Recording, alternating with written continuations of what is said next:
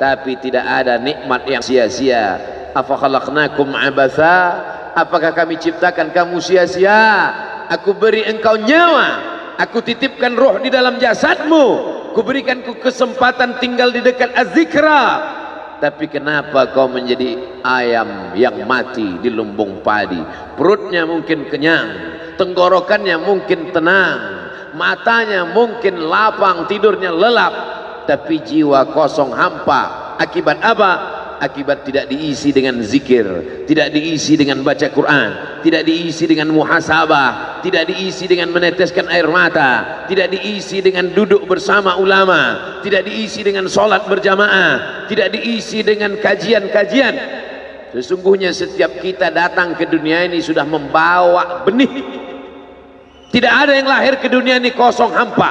Jadi kalau ada bapak-bapak yang diceramahi oleh orang motivator atau siapapun dia, mari isi anak kita dengan Islam, mari isi anak kita dengan iman. Tidak begitu guys. Kita lahir ke dunia ini bukan dalam keadaan kosong. Kita lahir sudah membawa iman. Mana dalilnya? A'udzubillahi minasyaitonir rajim. Wa idz akhadha rabbuka min bani Adam. Ingatlah ketika Allah mengambil persaksian dari seluruh anak cucu keturunan Adam. Wa asyhadahum. Allah mengambil persaksian. Asyhada yushhidu. Asyhadahum ala anfusihim. Ketika itu Allah bertanya, alastu bi rabbikum? Bukankah aku ini Rabb kamu? Semua kita waktu itu menjawab, bala syahidna. Ya, engkau adalah Rabb kami ya Allah. Setelah kita diisi, barulah kita masuk ke dalam rahim ibu kita, barulah turun ke bumi, barulah datang kemari. Lalu kemudian setelah di sini lupa, antaqulu yaumal qiyamati inna kunna an hadza ghafilin. Kami lupa, kami tidak ingat. Orang yang tidak ingat ini diingatkan. Fadzakir, ingatkanlah. Inna fa'ati az-zikra. Fadzakir, berilah peringatan. Inna fa'ati az-zikra. Inna fa'ati az-zikra. Az-zikra bermanfaat untuk siapa? Liman yakhsha, bagi orang yang takut bahwa dia nanti akan bangkit dari tanah, bahwa dia akan hidup sekali lagi, bahwa roh dan jasadnya akan dipertemukan lagi. Apa mungkin kita ini akan hidup lagi Pak Ustadz? Ucapanmu sama seperti ucapan Asi bin Wa'il yang membawa tulang kering kerontang yang sudah putih tak ada lagi warna. Lalu dia bertanya, hal yuhyi rabbuka hadzal 'idhama ba'da ma baliya wa ramma? Apakah bisa Tuhanmu menghidupkan tulang ini lagi ya Muhammad?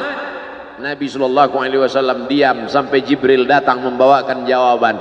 Qul yuhyiha allazi ansha'aha awwala marrah. Katakan ya Muhammad sallallahu alaihi wasallam kepada Asi bin Wa'il yang tak percaya bahwa tulang itu akan hidup sekali lagi. Yuhyiha allazi ansha'aha awwala marrah. Dia yang menciptakan tulang itu sebelum ada menjadi ada, sekarang setelah ada dibuatnya menjadi tidak ada, akan dikembalikannya lagi menjadi ada. Sedangkan menciptakan yang tidak ada menjadi ada saja dia sanggup, apalagi yang pernah ada dibuatnya menjadi tidak ada, dikembalikannya lagi menjadi ada. Innama amruhu idza arada syai'an ayyaqula lahu kun. Azmuz zanab, ujung tulang ekor sebesar ibu jari, tulang belakang sampai ke bawah, yang lain hancur. Ketika digali makam kuburan, ada yang tulang-tulang hanya tinggal tulang paha saja, ada yang hanya tinggal gigi dan rambut saja, yang lain hancur. Tapi ada satu yang tidak hancur, kata Allah, disampaikan Nabi Muhammad SAW, ujung tulang ekor sebesar ibu jari. Maka dari itulah nanti yang akan ditunjuk, tumbuh sel-sel tulang, tumbuh kulit-kulit, tumbuh darah daging, bangkit menjadi manusia sempurna di hadapan Allah. Masuk surga itu roh dan jasad. Jannatin tajri min tihal anhar. Sungai, air sungai dengan gemericiknya masuk kaki ke dalam air sungai, itu adalah jasad. Kulit menyentuh air sungai terasa dinginnya, itu jasad. Zamharira adalah cahaya matahari yang tidak tembus ke bawah. Kenapa cahaya matahari tidak tembus? Karena ada ranting-ranting kayu yang saling terkait satu dengan lain, sehingga kalau duduk di bawah maka cahaya matahari tidak tembus ke bawah. Itu jasad. Maka yang masuk surga itu adalah roh dan jasad menurut Ahlus Sunnah wal Jamaah. Kalau masuk surga cuman roh, saya nggak mau. Mimpi masuk surga. Abdul Somad akan masuk surga beserta roh dan jasad, kembali sempurna. Makanya kata Nabi, la yadkhulul jannata ajuz, tak masuk surga orang tua.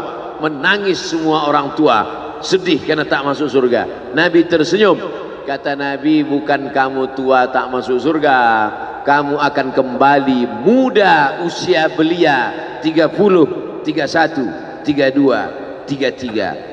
Karena masuk surga itu adalah orang-orang muda, anak-anak muda yang bisa menikmati dunia. Begitulah mereka masuk ke dalam surga. Apa makna ucapan Nabi itu?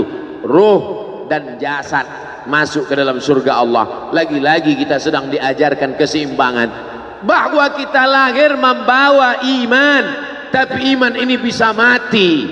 Benih letakkan di tanah pasir kering kerontang, tidak disiram, mati dia, kering. Bagaimana menghidupkannya? Dihidupkan dia dengan ilmu. Tidak ada majelis ilmu yang paling banyak untuk saat ini. Majelis ilmu di Az-Zikra, semua ustadz didatangkan kemari. Ustadz Tengku Zulkarnain, Abah Raud tidak usah disebut lagi, memang beliau guru dari almarhum, Masya Allah tabarakallah. Lalu kemudian para masyaikh, Ustadz Adi Hidayat, Buya Yahya, tak dapat disebutkan satu persatu, Kiai Haji Abdullah Gimnastiar, para alim ulama, alumni Al-Azhar Mesir, alumni dari Yaman, Tarim Hadramaut, Darul Mustafa, Rubat Tarib, berdatangan kemari semua. Majelis ilmu, majelis ilmu. Lagi-lagi ayam mati di lumbung padi. Apa sebenarnya yang terselit dari peribahasa itu? Iman mati karena tidak disirami dengan ilmu. Ilmu, ilmu, ilmu. Datang seorang jamaah menemui saya, Ustadz Somad, saya kena penyakit insomnia, gak bisa tidur malam. Jam 2 malam mata saya masih berkedip-kedip. Bismika Allahumma ahya wa amut, gak mempan. Sebabnya apa Pak? Sebabnya saya beli tanah. Setelah beli tanah, tanam kelapa sawit, dipupuk, dijaga, 3 tahun berbuah. Pas mau dipanen, sudah dipanen orang duluan. Ternyata tanahnya bermasalah, dibawa ke pengadilan, dia yang menang. Akhirnya sampai jam 2 malam gak bisa tidur. Apa yang terlintas dalam pikiran? Kenapa beli tanah, kenapa tanam sawit, kenapa beli tanah, kenapa tanam sawit, kenapa diambil orang, kenapa dulu gak ternak ikan aja, kenapa gak ternak puyuh. Berbulan-bulan gak bisa tidur. Akhirnya pergi ke psikiater. Pak psikiater, ya saya sudah 2 bulan gak tidur-tidur Pak psikiater. Akhirnya Pak psikiater buat resep. Ini obatnya, yang ini dimakan sebelum makan, yang ini dimakan setelah makan, yang ini 3 kali, yang ini 2 kali. Akhirnya memikirkan resep itu, makin gak bisa tidur. Dimakan, tertidur. Dosisnya habis, terbangun. Kenapa beli tanah, kenapa tanam? Setelah dimakan, muncul masalah baru. Terlalu banyak makan obat, terjadi kekacauan tubuh. Akhirnya kena buah pinggang, muncul masalah baru. Sampai akhirnya saya ketemu MP3 Ustadz. Saya dengarkan sebelum tidur malam. Begitu saya dengar, saya tertidur. Makanya saya tidak marah kalau ada jamaah tertidur. Itu menunjukkan jiwanya tenang. Karena dia tidak kena penyakit insomnia. Orang Amerika, orang Eropa, mobilnya mewah, apartemennya cantik, rumahnya megah, duitnya banyak. dolarnya bejibun, nggak bisa tidur karena masalah hidup dunia. Kita naik angkot kelewatan gang. Itu menunjukkan apa? Di mana letak ketenangan itu? Huwallazi anzala sakinata fi qulubil mu'minin. Dia yang menurunkan ketenangan ke dalam hati orang yang beriman. Oleh sebab itu maka iman ini mesti disiram dengan ilmu. Majelis ilmu adalah majelis zikir. Majelis ilmu adalah majelis turunnya rahmat dan barakah. Majtama'a qaumun fi baitin min buyutillah. Sekelompok orang berkumpul di rumah Allah, yatsluna kitab Allah, membaca ayat-ayat Allah, wa yatadarasunahu fima bainahum, mengkaji isinya. Nazalat alaihimus sakinah, turun ketenangan. Wasyat bihimur rahmah, turun rahmat kasih sayang Allah. Haffat bihimul malaikah, dikelilingi oleh para malaikat. Wa dzakarahumullahu fi man indah, dibanggakan Allah Ta'ala dengan para malaikat. Tadi malam ketemu dengan murid dari Syekh Muhammad Yasin bin Isa Al-Fadani di Zawiyah Raudhah. Ketemu, cium tangan, barokah, zikir, sholawat, tenang jiwa. Lalu kemudian subuh ini ketemu dengan Abah Raud, ketemu dengan para penghafal Quran, ketemu dengan santri-santri, tenang jiwa. Tidak ada yang menenangkan jiwa ini selain daripada majlis zikir, majlis ilmu. Betapa meruginya ayam-ayam mati di lumbung padi. Benih tidak disiram, mati. Benih yang disiram dengan majlis ilmu tumbuh, tapi tidak berbuah. Maka mesti disiram pakai pupuk buah. Datang konsultasi, ini kenapa tidak berbuah? Kenapa ini tidak berbuah? Karena ternyata dia mesti diamalkan. Sudah dapat ijazahnya, sudah talaqi, sudah halaqah, kenapa nggak berbuah? Belum diamalkan. Paksa-paksakan diri sebelum tidur malam, wudhu dulu, sholat witir. Paksa-paksakan diri bangun malam, tahajud. Paksa-paksakan diri siang, sholat qabliyah, sholat ba'diyah. Paksa-paksakan diri pagi, sholat duha. Paksa-paksakan diri, sholat subuh berjamaah. Barulah dia berbuah. Kalau dia tidak berbuah, dia hanya sekedar pokok kayu yang hanya membuat sampah saja. Tapi paling tidak tempat orang bernaung di bawah ketika panas. Tapi manfaatnya tidak sesuai, karena yang ditunggu itu buahnya. Masa pohon kayu rindang besar tidak berbuah, sementara semangka yang kecil buahnya besar? Oleh sebab itu maka mesti berbuah. Benih disiram, berbatang, berputih, berbuah. Buahnya ranum, cantik dan indah. Begitu dibelah tak bisa dimakan. Kenapa? Ulat semua isinya. Oleh sebab itu mesti dijaga. Benihnya disiram. Apa yang bisa menjaga ini? Diprotek dia. Kenapa apel tidak dimakan ulat? Bukan karena ulat tidak sanggup beli apel, tapi karena disemprot pestisida. Ulat tahu ini ada pestisidanya, maka dia tidak makan. Kita nggak tahu, dimakan. Ikan asin tidak dikerubungi lalat, tidak ada satupun lalat yang hinggap di ikan asin. Kenapa? Karena lalat tahu ikan asinnya pakai formalin. Manusia nggak tahu. Pintar mana manusia dari lalat? Jangan jawab. Akhirnya orang makan, menumpuklah pestisida dan formalin dalam darah. Apa namanya? CANCER, cancer. Karena dia tidak larut dalam tubuh. Yang lain-lain larut.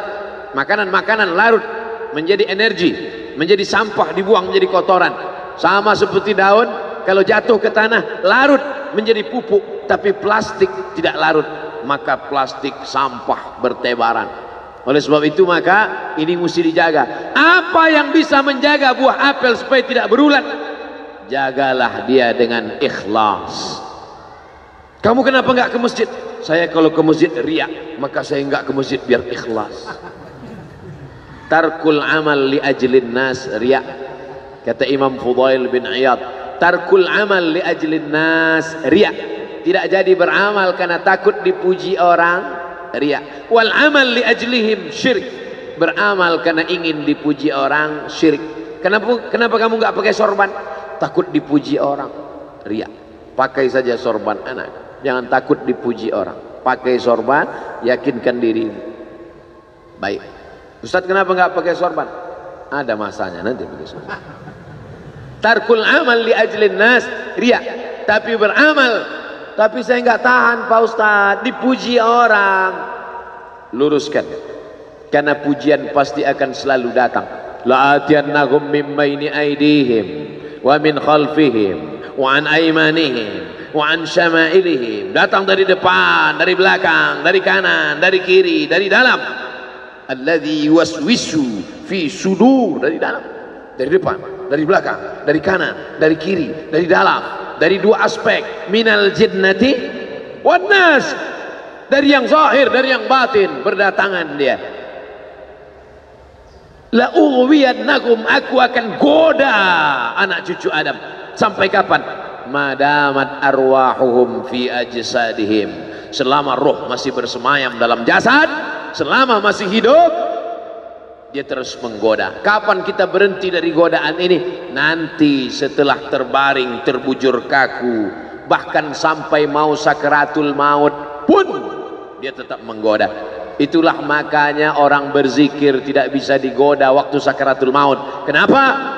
Karena la ilaha illallah akan terngiang di telinganya. Subhanallah walhamdulillah wa la ilaha illallah wallahu akbar.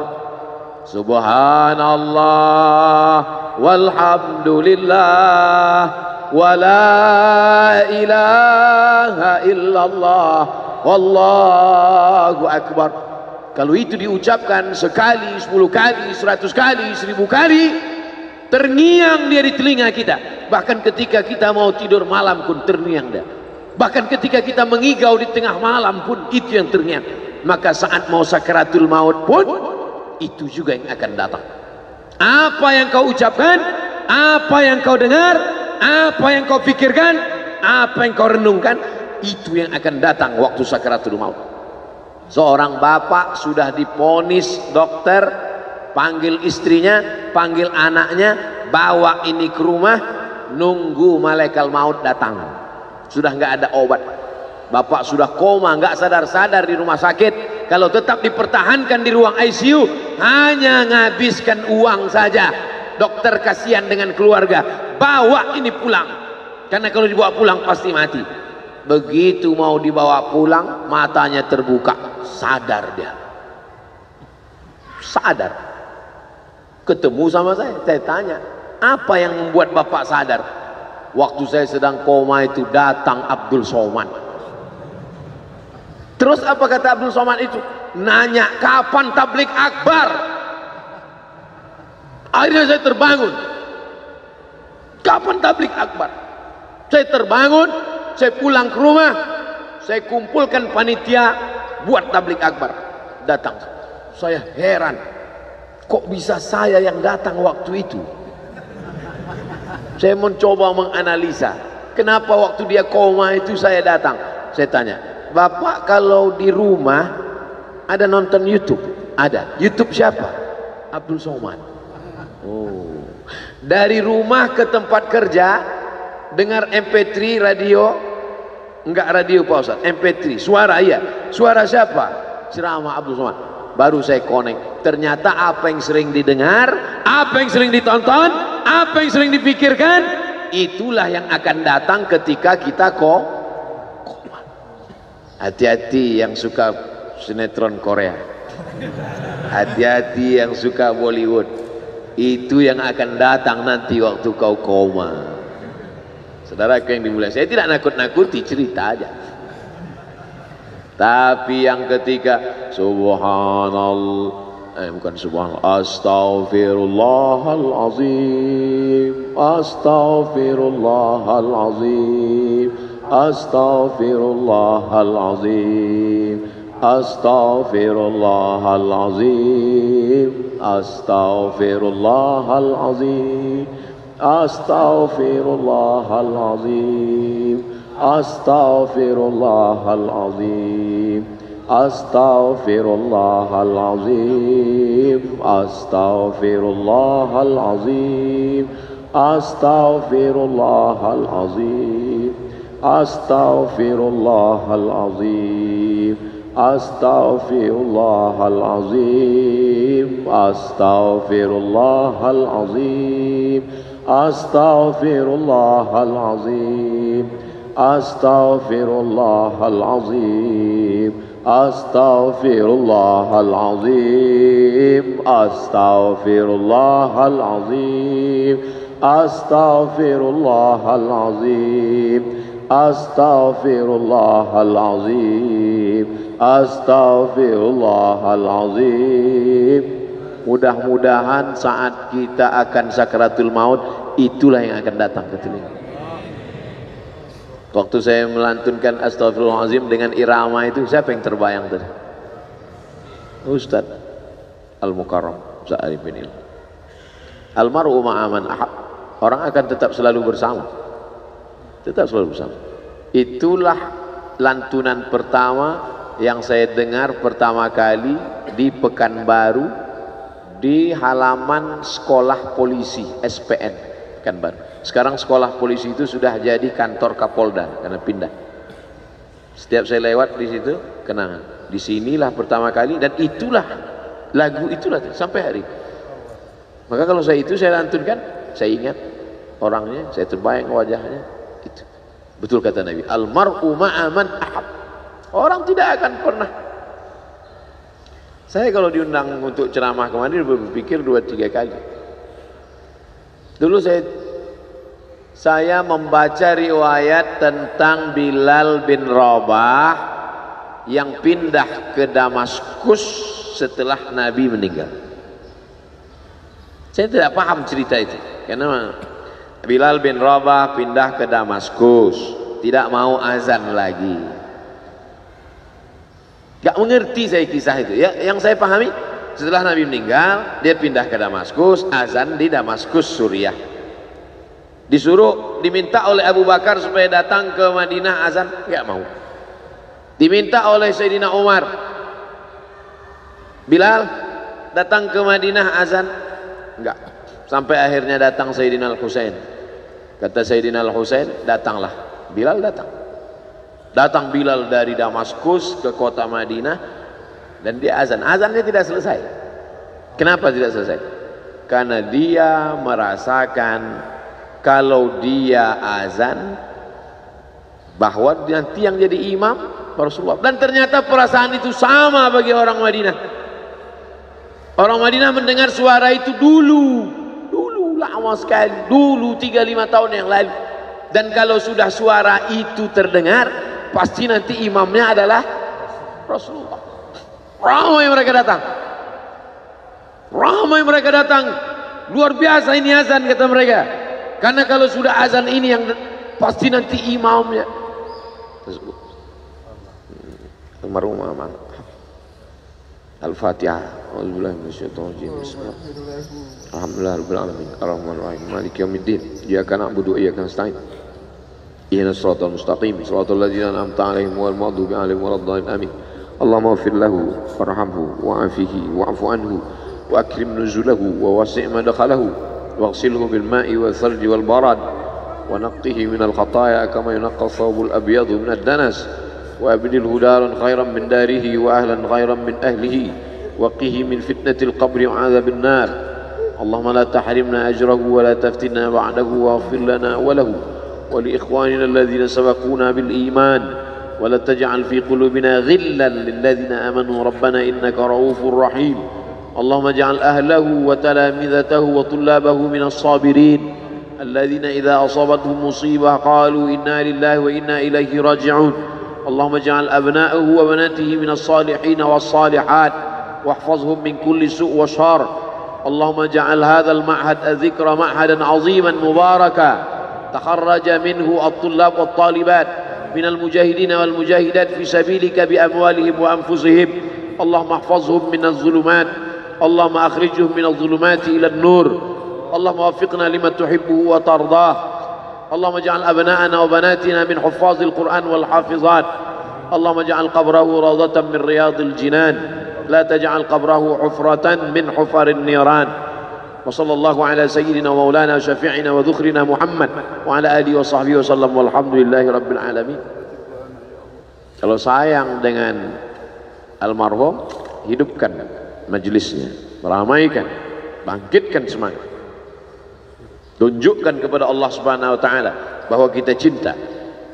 Sab'atun yudhilluhumullah, 7 orang yang dapat naungan yauma la illa dhilluh, hari itu tak ada naungan kecuali naungan Allah. Rajulani, 2 orang tahabba fillah, berkasih sayang karena Allah, ijtama'a alaih, bersama karena Allah, wa tafarraqa alaih. Saya berharap saya dengan almarhum, saya dengan Abah Raud, saya dengan para sahabat termasuk yang mendapatkan naungan ini. Saya dengan almarhum tak ada hubungan kepentingan, kami tak ada hubungan politik, kami tak ada hubungan ekonomi, kami murni karena la ilaha illallah Muhammad Rasulullah. Alaiha nahya, dengan itu kami hidup, wa alaiha namutu, dengan itu kami mati, wa biha nub'atsu insyaallah, dengan itu juga nanti kita akan dibangkitkan. Sayang dengan Nabi, hidupkan masjid-masjid. Sayang dengan ulama, hidupkan majlis-majlisnya, jaga peninggalan-peninggalannya, lanjutkan perjuangannya. Itu bukti sayang. Sayang bukan di tepi bibir, sayang bukan basa-basi. Oleh sebab itu kita akan dituntut di hadapan Allah tentang nikmat besar ini. Mudah-mudahan kita lulus ujian dunia, ujian akhirat. Amin ya rabbal alamin. Terima kasih segala perhatian. Mohon maaf segala kesilapan dan kekhilafan. Jangan lupa salat sunat isyraq 2 rakaat. Terima kasih. Wassalamualaikum warahmatullahi wabarakatuh.